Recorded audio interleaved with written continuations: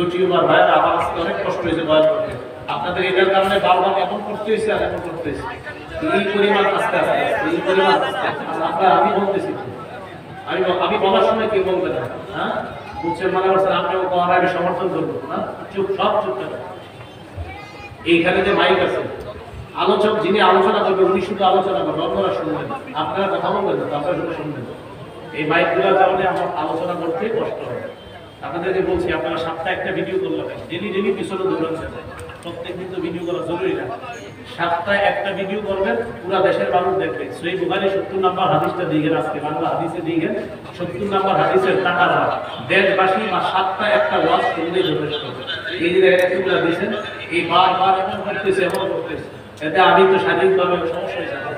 আল্লাহ আমাদের সকলকে বুঝার তৌফিক দান করেন। এখন আবার এই জায়গায় এসে কেউ মাইক তুলতে চাইবে না, আর এই ক্ষেত্রে কেউ উঠবে না।